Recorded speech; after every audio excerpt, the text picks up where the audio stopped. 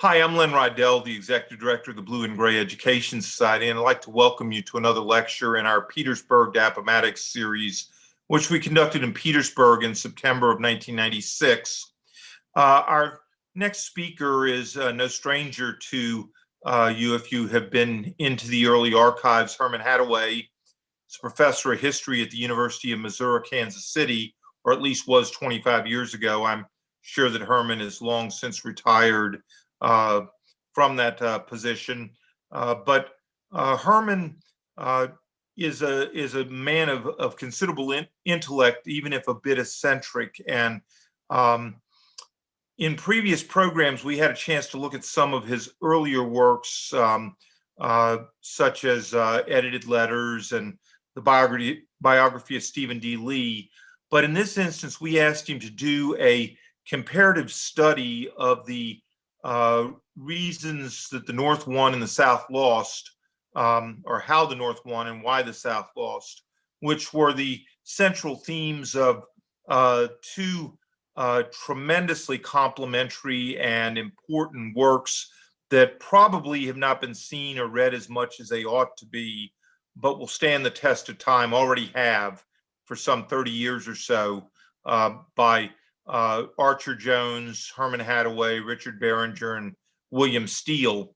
And one book, I believe, is How the North Won the Civil War, and the other one is Why the South Lost the Civil War. I think they're both in paperback now, but I commend both of them to you. As we look at the end of the academic portion of the study of the Petersburg campaign, I think it's interesting to look at both Grant and Lee and their relative fortunes at this stage, and from June of 1864 through April of 1865. And so we asked Herman to come in and do a presentation on those two very different but complementary themes. And with that, I think you will enjoy and really get to appreciate the intellect of Herman Hattaway. Please sit back, relax, and enjoy Herman Hattaway as he does a comparative analysis of the fortunes of the North and the South in 1864-65. The program this evening is a talk I'm particularly looking forward to. Herman Hattaway is one of Blue and Gray Education Society's oldest friends. He has, not in a figurative sense, but in a literal sense, when we were just getting started, Herman was very, very gracious to give us his time and his expertise to help us as we were working to build credibility, academic credibility in the world of the Civil War here. And his presence on a number of our programs has done precisely that, and he's proven to be one of our most popular speakers, as well you might expect. Herman is a member of our National Advisory Board, which we'll soon be announcing publicly in October. He is also the author of numerous treatises which run a full range of analytic and critical thought about the Civil War. His volumes on How the North Won and Why the South Lost the Civil War, which he co-authored with a number of other distinguished scholars, are noteworthy for their thoroughness and for their insight into the causes and effects of the war. In addition, his work, Stephen D. Lee, has been a hearty perennial and a very popular study of a scarcely understood but very important Confederate figure throughout the war, from both the East and the West. He's also done a number of other works which equally reflect credit upon his scholarship and his understanding of the war. I've asked him, as I do oftentimes, not to sit down on a particular fixed topic, but to ruminate on what may or may not have been. And in this case, I've asked him to close this particular academic portion of our program by talking about the comparative situations of the Union and the Confederacy at this particular point in the Civil War. Please join me in welcoming Herman Hattaway.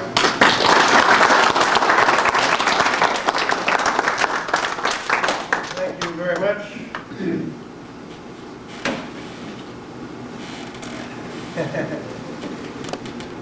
When we stopped at the bookstore at the park headquarters yesterday, I spotted this little thing, 30 myths about Lee's surrender. And one of them here, has to be myth 7, Lee's army numbered only 10,000 at Appomattox Courthouse. Now that's myth, see, and they make that point. It's just not the case. But interestingly, they quote the eminent historian Chris Calkins, who calculated that Lee's army numbered 58,400 men at the beginning of the campaign. Calkins cites Lee's losses and captured from March 31st to April 9th at 19,132. Fighting and desertion further reduced Lee's forces by about 8,000 men during the campaign. Out of the 28,231 Confederates paroled at Appomattox, 22,349 were infantry, 1,559 were cavalry, 2,576 were artillery, and 1,747 miscellaneous. And then there were Confederate cavalry which evaded being ensnarled at Appomattox, and that's listed at 2,400. Conversely, Calkins cites Grant's forces at 76,113 at the start of the Appomattox campaign. During the campaign, Grant lost 8,628 men, leaving him with 63,285 at present at Appomattox.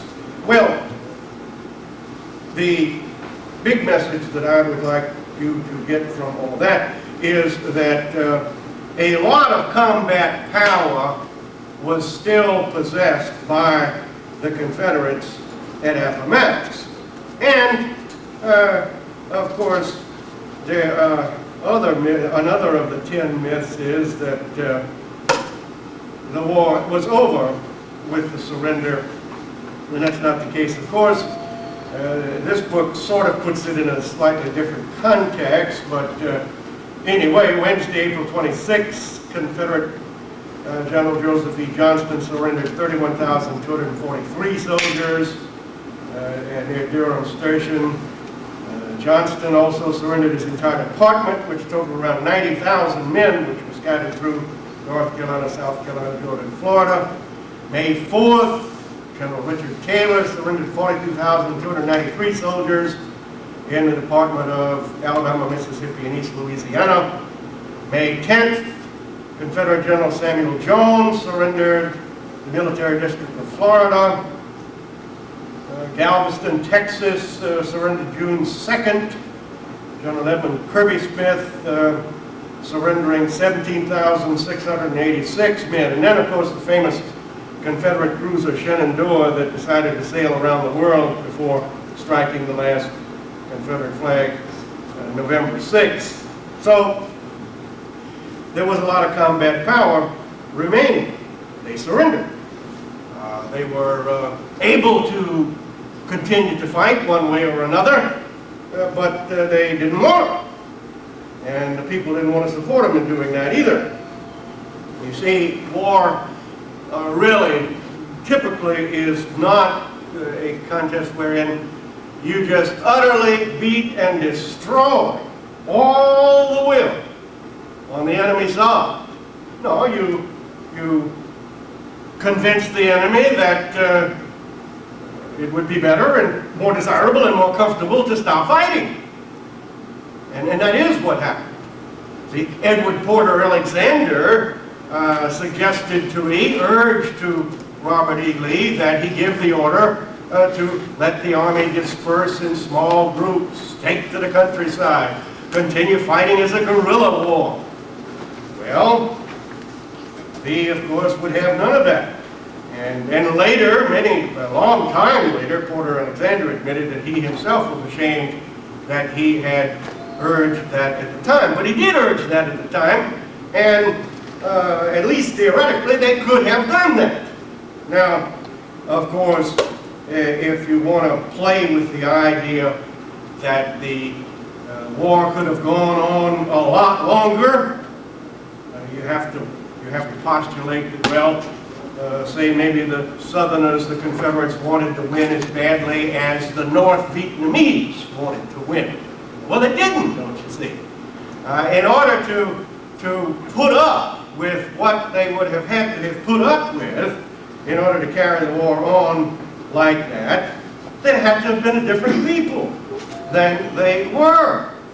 So, in a sense, you know, you play with that and you say, well, the war could have gone on, the struggle could have gone on, but it really couldn't have, because it would have had to have been a different people. Now, how the North won, why the South lost, these are two books that both address in large context the topic that we're talking about tonight. I see that there seems to be one copy of Why the South Lost over there still. Should that one sell and then you still want to buy one more, this one could go too. This one's mine, but it's a new copy, you see. I cut it open yesterday. I knew I wanted it. I brought it with me. And a couple things, Harry. See, we've talked around about the idea that things were really changing toward the end of the war, and that it wasn't going to be what most people had envisioned or hoped for or really were fighting for. And they didn't want that, either one. See, they didn't really want the war to end and them to lose, but then they didn't really want the war to go on under the terms that it was beginning to take on. Jefferson Davis is a quintessential Confederate in the sense that he is terrifically dedicated to achieving independence for the Confederate States of America. So much so that he will surrender a great deal more than the mass of the Southern people are really willing to once they finally figure it all out in order to become an independent country. And I think that a lot of people, well, I really, let me say this. I really am convinced that the Southerners were fighting to preserve slavery. Now, not all of them consciously realized that, and not all of them admitted that, although a lot of them, interestingly, did. Nathan Bedford Forrest did, you know. Nathan Bedford Forrest said, my God, if we're not fighting for that, what the hell are we fighting for? And the famous diarist, Mary Boykin Chestnut, who wrote the Diary from Dixie, certainly, I think, had a grasp toward the end. She says, and what are we fighting for, if not for slavery? And back will come the reply, for Southern rights, whatever that is. Whatever that is. What is Southern rights? I think Southern rights is something that the post-war generations have a keener love for and a devotion to than the Civil War generation did.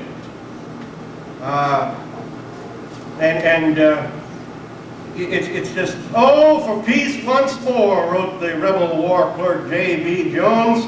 Will this generation ever, with their eyes open and their memories fresh, ever go to war again? See, because things were not looking so good by the end of the war.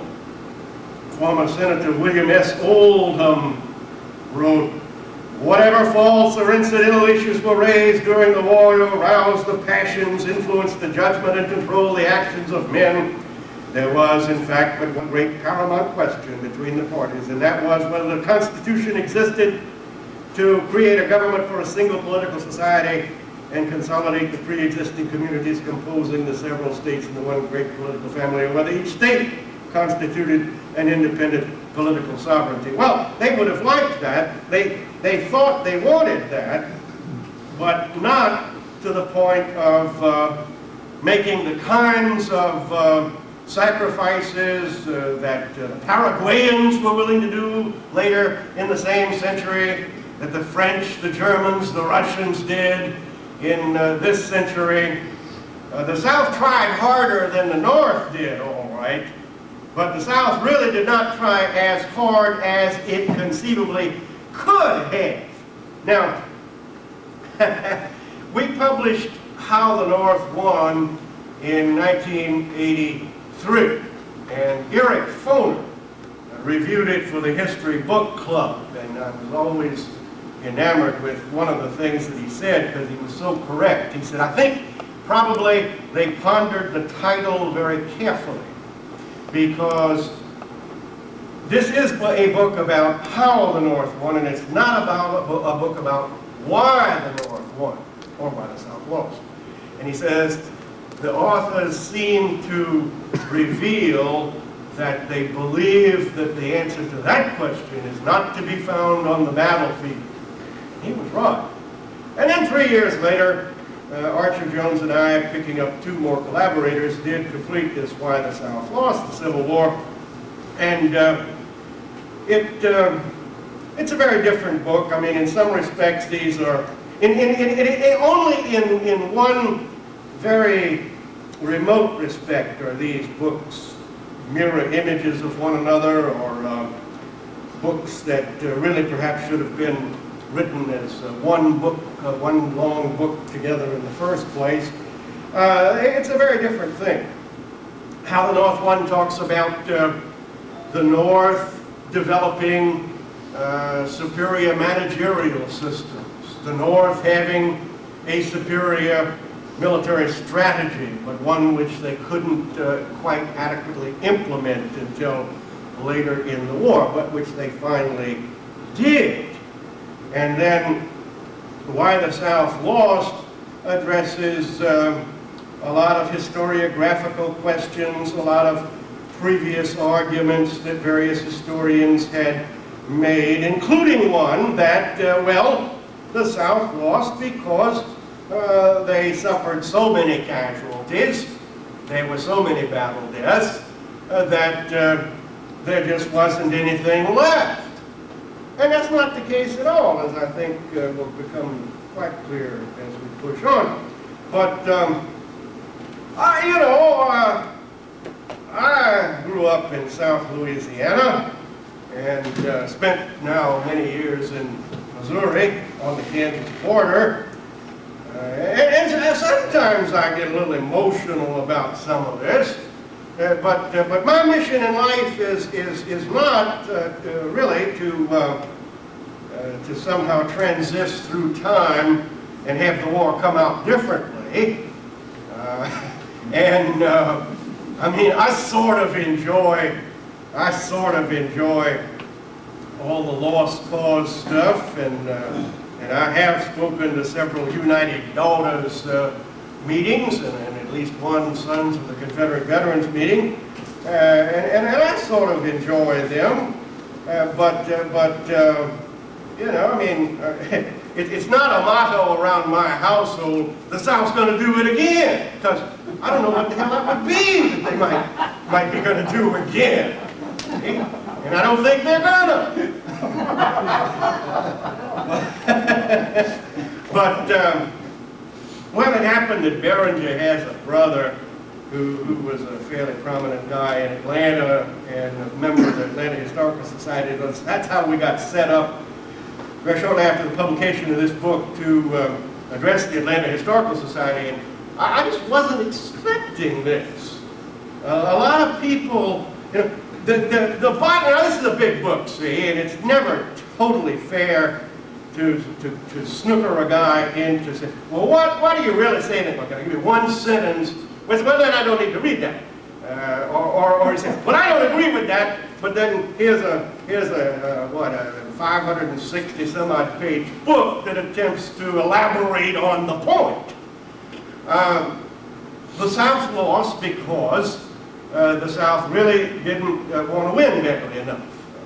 The South lost because the nationalism of the North was greater than the nationalism of the Confederacy. Well, there was a guy in the audience, and he was obviously upset, and he got up and, oh, I think he was ashen, and he was a bit shaken, but he gained his composure as he pushed on with his denunciation of our presentation and our book. And he then proceeded to deliver himself of what I now refer to as the bled white thesis. Oh, he says, it isn't true at all that there was a lot of combat power left. They were bled white, bled white, bled white. And he just used that expression so many times, the bled white thesis. But see, we don't believe that the bled white thesis is true. And not only do we not believe it, we can prove it. You got numbers.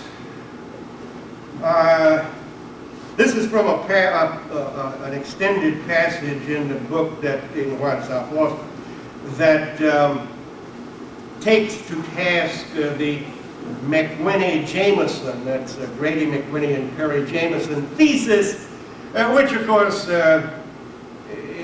on one level is kind of funny. You see, the Southerners were Celts and the Northerners were Anglo-Saxons, and Celts are pretty stupid, and they fight stupidly, and it's in the genes. You see, why the South lost is because the South had genes that forced them to make too costly frontal assaults, and they were bled white. Now, McWhinney and Jameson are very good scholars, and as a matter of fact, they're pretty good friends too. And I think a lot of people automatically assume that, well, Hattaway, because he is in fundamental disagreement with some of what they say, thinks that's a dreadful book, and that's not true. I've always been especially bemused. You know, when a book comes out in paperback later, as Attack and Die, McWhinney and Jameson's book did, they very often quote some of the better, more favorable reviews that the first edition got. And who are quoted on the dust jacket of the paper-bound edition of Attack and Die, I'm very proud, are Russell Weigley, very eminent military historian, and one of his books either is or was out on the table there, Russell Weigley and Herman Hattaway. So see, I can disagree with the book and still write a review saying that I think this is an awfully fine piece of scholarship and then get quoted in the advertisements. Could the high casualty rate have so crippled the Confederacy as to lead to its defeat? Such losses did not prevent the French from winning in World War I. If the Confederacy had about 100,000 combat deaths, perhaps as many as 120,000, that would amount to no more than 2.2% of the Confederacy's 5.5 million whites. Such a loss compares with France's losses in World War I of 3.3%. Of course, the higher proportion of non-battle deaths in the Confederacy does mitigate the comparison with France. Epidemics such as measles and far more primitive medicine assured a higher non-battle deaths. In fact, I was playing silently to myself trivia. We were talking about Wade Hampton so much on your tour yesterday. Trivia question: what was Scarlett O'Hara's first child's name? Now, I'm thinking of the book, not the movie, because of course in the movie she only had the one. In the book she had one by each of her husbands. And the first child was named Wade Hampton Hamilton. And he survives in that It Ain't Worth a Damn sequel called Scarlett to play a more prominent role. In World War II, Germany fought longer and suffered even more heavily than France in the previous war, though losing armed forces fatalities about 5% of its population. In addition, enemies inflicted substantial civilian casualties, of course, through air raids. Nevertheless, Germany fought for 5.5 years, continuing an increasingly hopeless resistance after its principal European ally, Italy, had left the war. Linguistic and historical distinctness from the enemies with whom it had recently fought another long war, and ideological differences, especially with the Russian regime, undoubtedly supported a firm national resistance under the leadership of Germany's powerful autocratic government. But compared with the Confederacy, Germany lost more than double the percentage of combat deaths. See? So you go on, and you talk about the Confederacy having a lot of combat strength.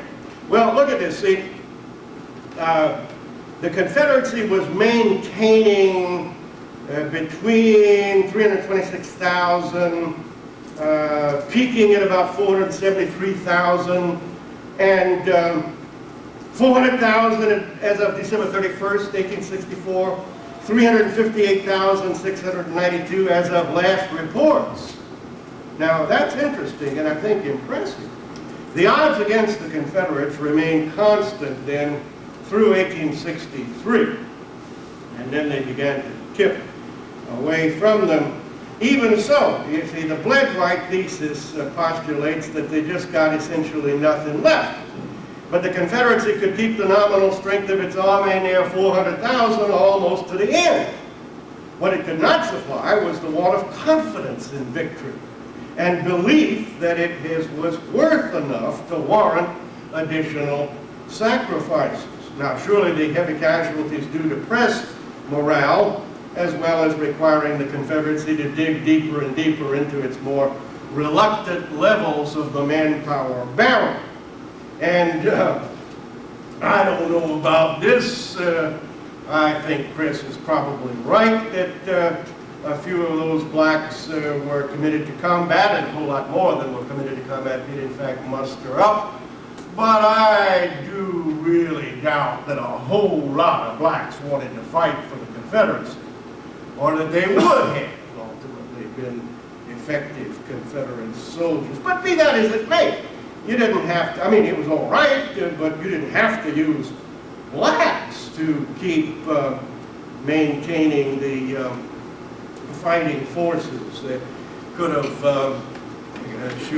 the Confederacy exempted a shockingly large number of its white military age people, and a lot of those could have been pressed into service. It is, I think, that the Confederacy suffered heavy losses, but less of a percentage of its white population than France in World War I or Germany in World War II.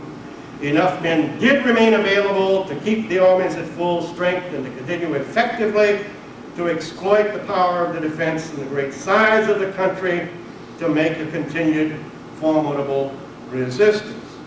But the kind of country that would exist, what they would be forced to endure, how they would live, what would affect their lifestyles. All of this, you see, is something that people had begun to think about more and more with the passage of time. I think had begun to think about it. R.E. Lee, doubtless, had begun to think about what things might be like after it was over. And he fought the good fight, to be sure, and maybe he still sort of hoped against hope until near the end, that somehow, some way, there might prove to be a possibility to pull it out.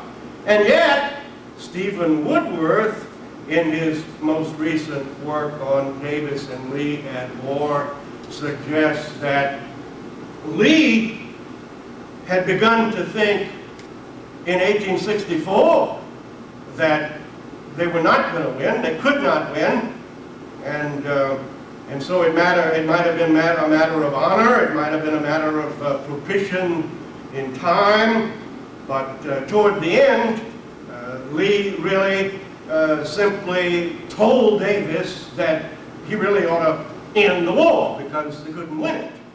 And certainly he told Porter Alexander that the country wouldn't be worth living in if they attempted to do what Alexander had suggested.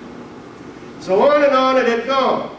How could it have turned out differently? Well, Abraham Lincoln had come briefly under enemy fire at Fort Stevens in June and July, well, 11 July, suppose he'd taken a bullet right there between the old beady eyes.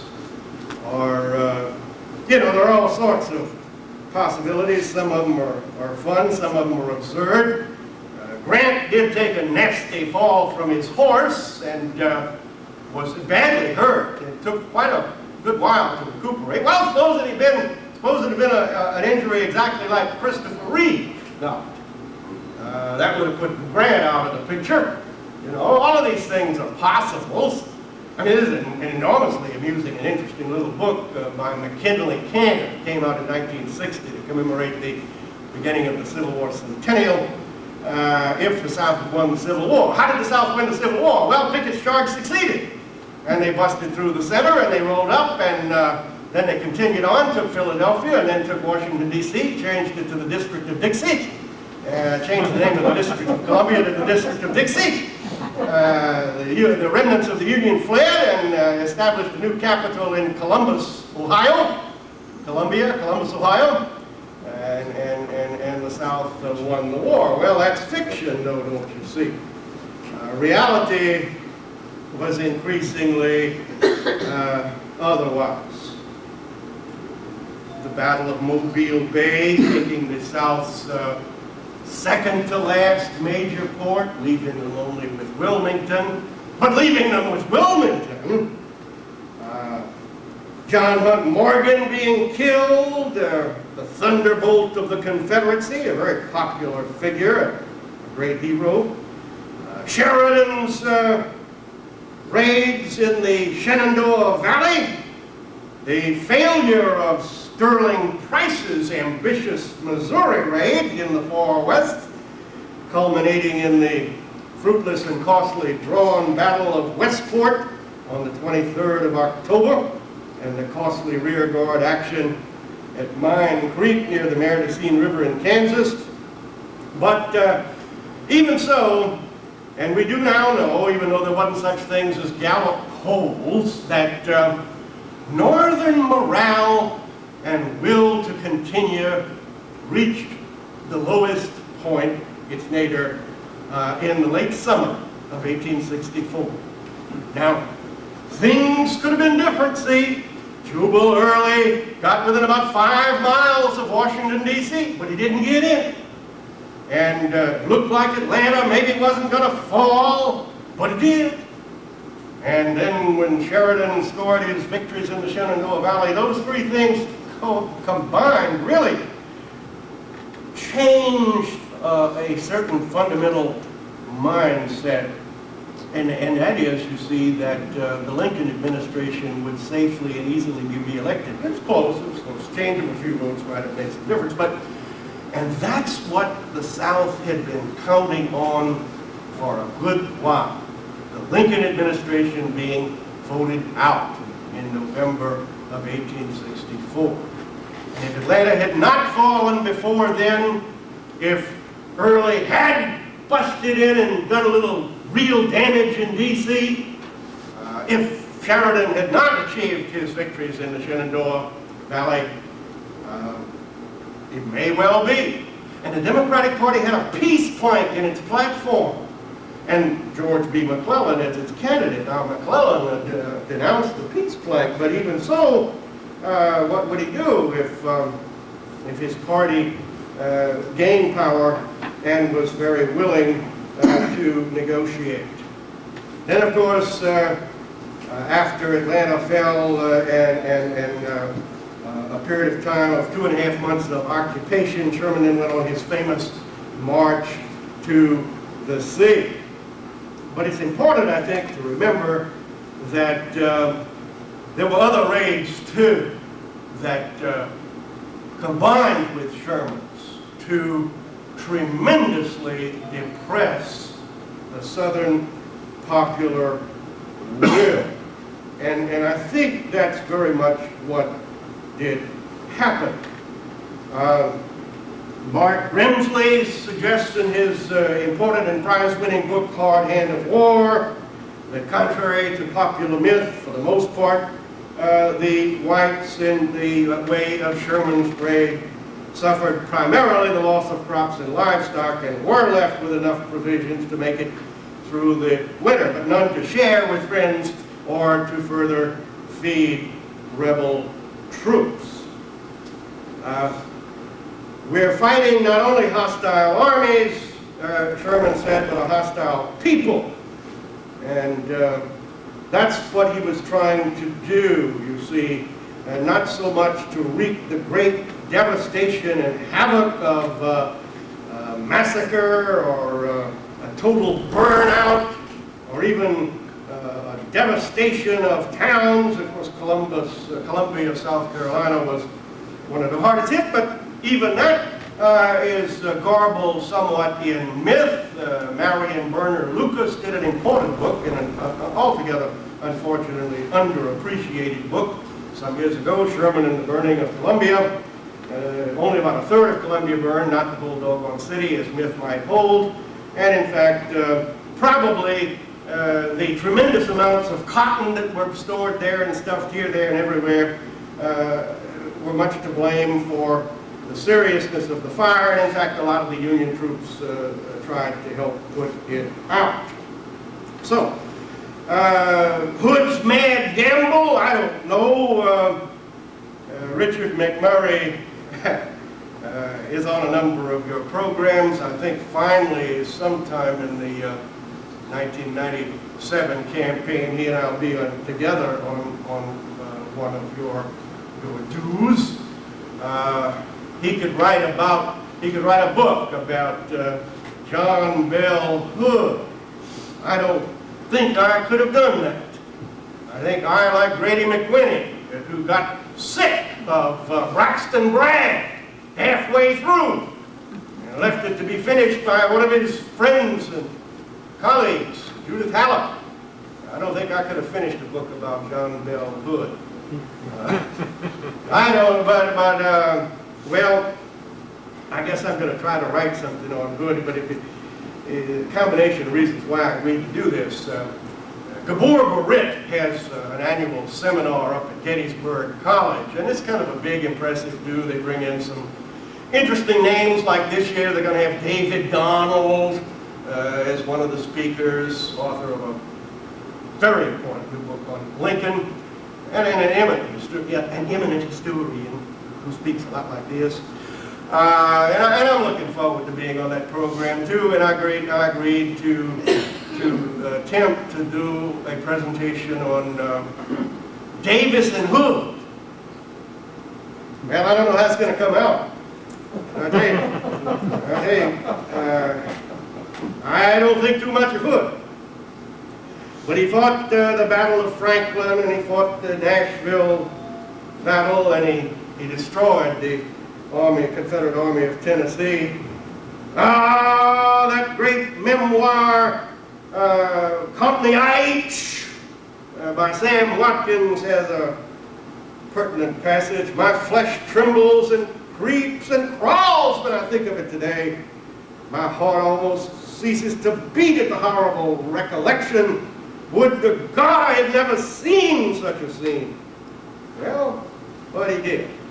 And then, of course, Sherman continued his march after capturing the city of Savannah in time to present it to Abraham Lincoln as a Christmas present into the Carolinas, contending against the populace somewhat more harshly, especially if you got into South Carolina.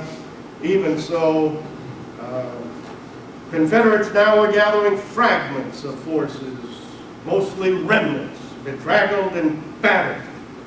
And they fought the gallant Battle of Bentonville. But on and on, things continue to look bad. Sheridan makes another major raid in the Shenandoah. Nathan Bedford Forrest meets his match at last. James Harrison Wilson defeating him and continuing on the raid on which he was at the time through Alabama and Georgia. And it's a very important and major raid. It lasted from 22 March through 20 April 65. why don't we know or hear more about James Harrison Wilson's raid? Because the events in the Virginia area tend to overshadow, because we do all too often, I think, pay inordinate attention to the war in Virginia. The war was fought for a country, the would-be Confederate States of America, not for the state of Virginia. It did matter a lot what was going on all across the country. And of course, even in Virginia, you see, those were not just Virginians suffering in the Confederate Army. They were from a goodly number of other states as well. And they had families back home, and it was important. They cared about them. They cared about what was going on and what was happening to those families back home, as indeed those families back home cared about the fate of their soldiers in the trenches around Petersburg. The suffering there, of course, here had been bad from the beginning, but had grown much worse when winter came. Reed Mitchell, I think, is an awfully brilliant, and by my point in age, young historian. I think he's 17 years my junior. Found a letter from a New Jersey soldier in which he claimed that some soldiers in the trenches here at Petersburg were literally dying from homesickness. And that's not because these were weak, soft men. That's because the conditions were so harsh. And they were even worse on the rebel side than they were on the Union side. That was the Union side, see. After the war, Colonel Walter H. Taylor, Lee's adjutant general, confessed that during the final months, hundreds of letters addressed to soldiers were intercepted, and instead of being delivered to their intended recipients, were sent to Army headquarters. For many of these letters were from mothers, wives, and sisters that told of their inability to respond to the appeals of the hungry children for bread and to provide proper care for the remedies for the sick.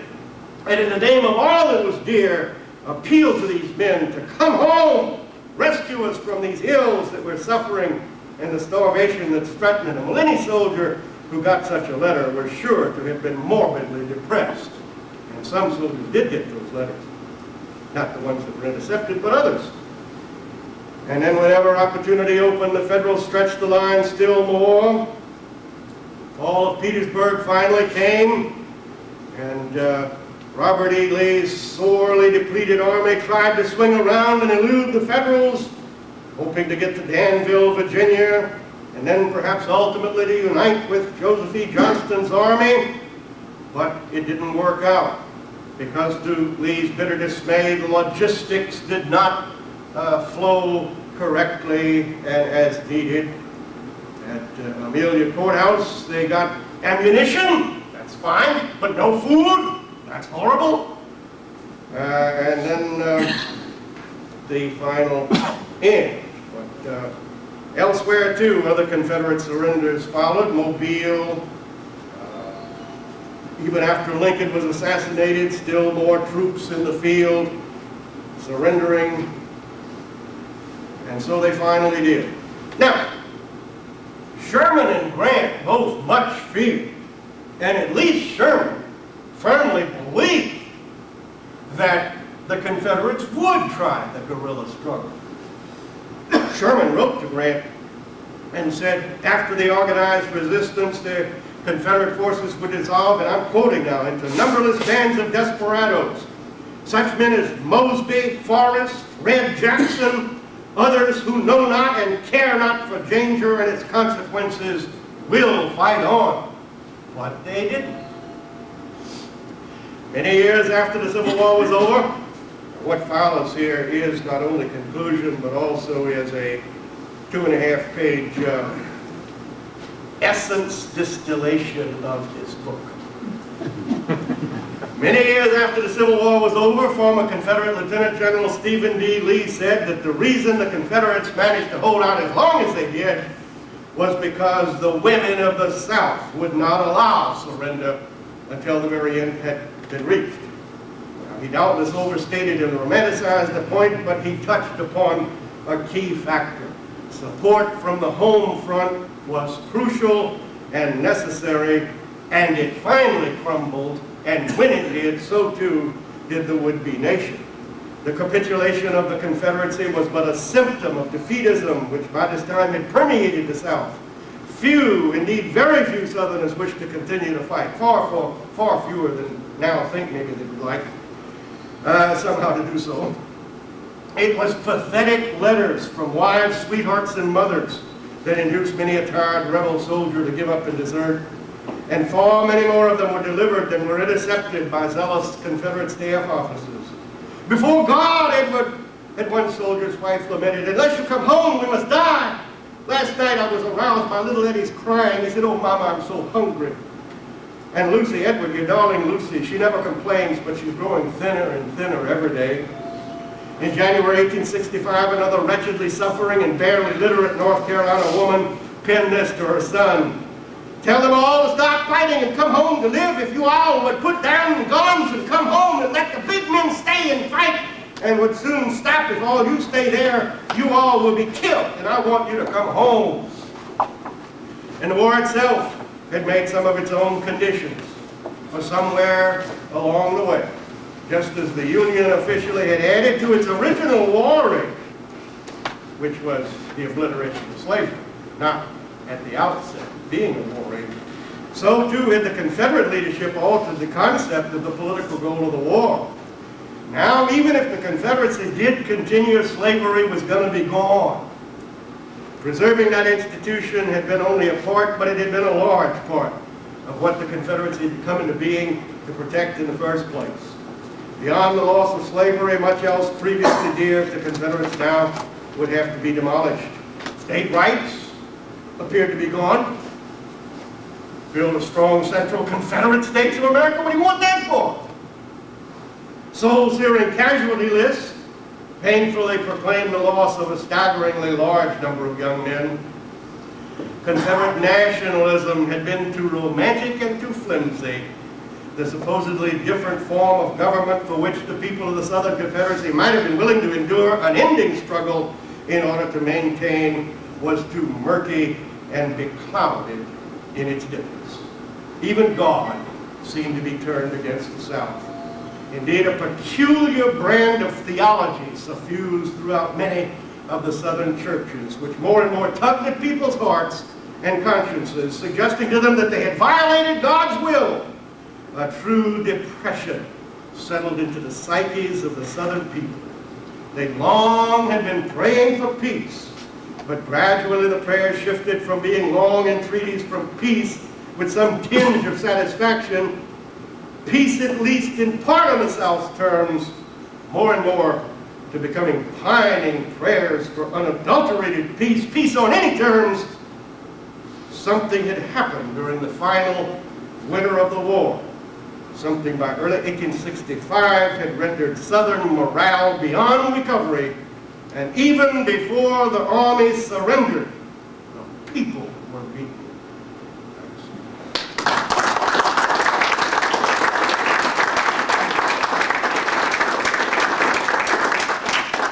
Questions? I have a question relating to the fact that at the very start of the Civil War, the South lost the support of that part of the South, it seems to me, where slavery was very rare, like in Western Virginia, Eastern Tennessee, Northern Alabama, and Georgia. And it seems to me that that's a pretty potent argument that the South was fighting for slavery because these people had no stake in slavery, they were to the North. I'd just like to know your views on that. Yeah, it's not a question, it's a statement with which I happen to agree. You didn't ask the question, you said something, and I agree with what you said. Just as a comment, something I've read a lot about is something Chris said originally about that a lot of the senators in the South took polls, voted against. Yeah, see? But when they were invaded, physically invaded, it seemed to have had a great effect. Well, I think it did. And that's not surprising. So I would say that would have a lot. Yeah.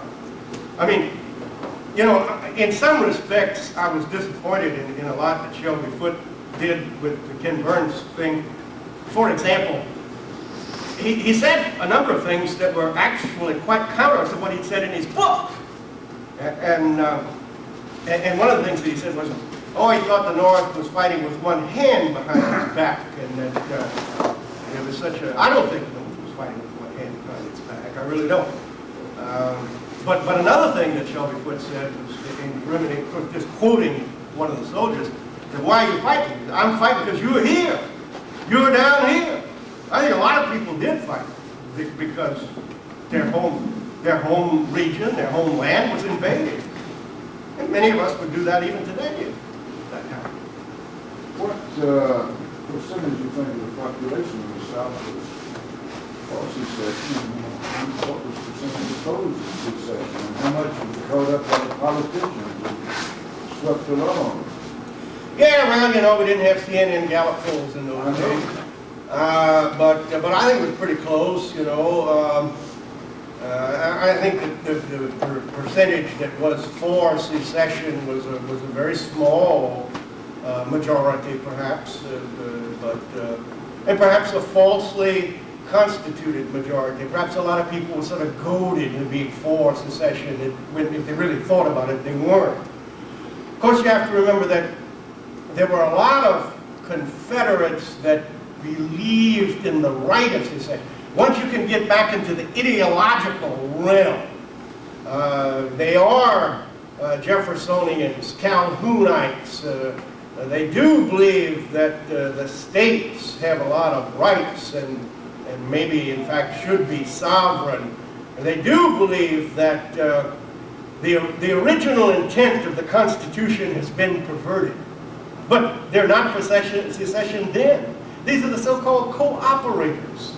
And once it became obvious that there were going to be majority votes for secession, a lot of the cooperators then changed and supported, but they did so with less emotional intensity and commitment. And of course, one of the leading cooperators was Alexander H. Stephens, and he gets chosen vice president of the Confederacy. Not exactly the best choice for the situation. You said you're convinced the South was fighting to perpetuate slavery. Oh, absolutely. Okay. Also, I remember reading that I think the governor of Georgia said, what the hell's going on? We're getting more dictates from Richmond. We had it better under the Union. Well, see, that's right. The governor of Georgia, as well as the governor of North Carolina, were among the most powerful, important, influential people who were not satisfied with a strong central government forming in Richmond. That's not what they wanted at all. And one more question. Now, Lafayette McLaw's tombstone down in Savannah, it says on there, I fought not for a cause in which I believe, but for principles in which I believe, which I quite haven't figured out, but it sounds like the Southern mind is schizophrenic. Yeah, well, I'm prepared to accept that a certain portion of the Southern mind was, in fact, as you put it, schizophrenic. I'm prepared to accept that. Sure, see, because, and again, see, when I say that I'm convinced that they were fighting for slavery, I didn't say they knew that. I think a goodly number of them really didn't realize that. But they were fighting. They were fighting to perpetuate the way of life as they understood it. And that was dependent upon a goodly portion of the black people being enslaved. They maybe didn't understand that, but it was. Before the war started, Lincoln said, I did not intend to free the slaves. I have no constitutional right. That's right. How much was it the Southern politician not to pull out for their own reasons? Well, it was a lot. That was a lot. See, I mean, I like your theory. I'll have to play with that and think about it. That's more schizophrenic. When secession finally came, I think maybe another way of phrasing your question is, what kind of a role was played by the politicians, especially the so-called fire eaters? Well, I think a pretty significant role was. See, because I think the American people, North and South both, are somewhat manipulatable, malleable. They respond to potent, effective, strong leadership. I mean, and you know, I'm just thinking off the top of my head here, and so I might not even agree with this later tonight or tomorrow. But see, I think that's part of the problem. A major part of the problem is we don't succeed in electing people who truly represent what we think and what we want. Rather, people manage to manipulate us into voting for them. Do you see what I'm saying? Herman, you said that a large portion of the southern population was exempted from service. Oh, yeah. I thought it was more than 80% of of military age men served, or 80 or 90%, something like that. Of college age? Opposite. Military age. Military age? No, I don't think it. I don't know. Number one, I'm not a numbers racket man anyway, and number two, I really never am good at thinking fast like that. But I don't think that's the case. I think there was still a large untapped pool of manpower. What do you think, Vic?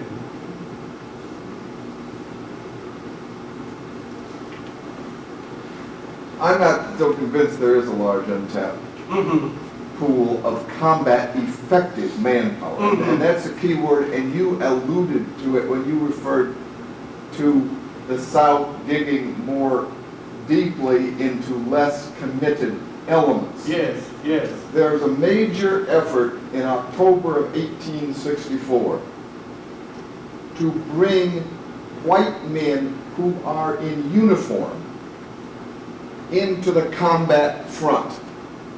And this is done in two ways: by using Negroes, either free Negroes or slaves, to perform duties as teamsters, laborers, and to bring up the reserves on an individual basis to replace individuals who have been detailed in conscription duty, the Niter and Mining Bureau, tax in kind.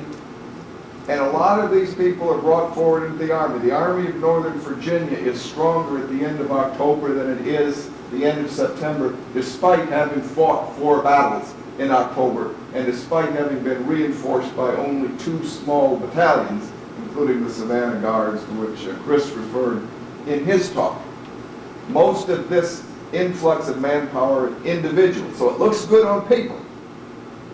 But when you stop to realize that these are people who were happy to wear the gray uniform back in Charlotte and Columbia and, dare I say, in Danville, that weren't at all happy to be where the bullets were flying and the mortars were coming in the Petersburg-Richmond front, this introduces an element of disaffection into Lee's army.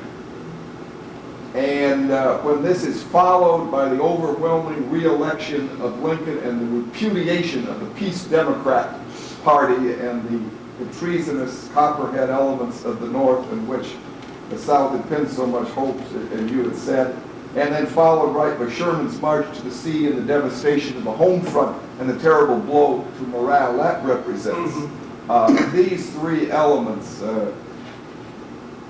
greatly enhance the spiritedness and even add elements of disaffection into the great army of Northern Virginia. Oh, yeah. So even if these people who were out there that hadn't been brought in could somehow be tapped, that's not to say that they could be made combat effective or that they would not do more harm than good. And see, that's very compatible with my assertion that for any of this to have worked, the Southerners would have to have been a different people than they were.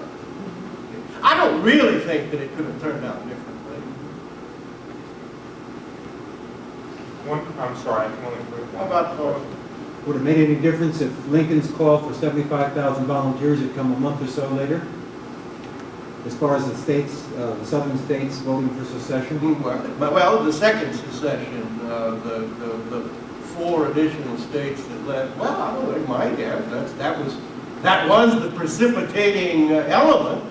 And so it had not been precipitated then, Could it conceivably have made a significant difference later? Well, yeah, it could have.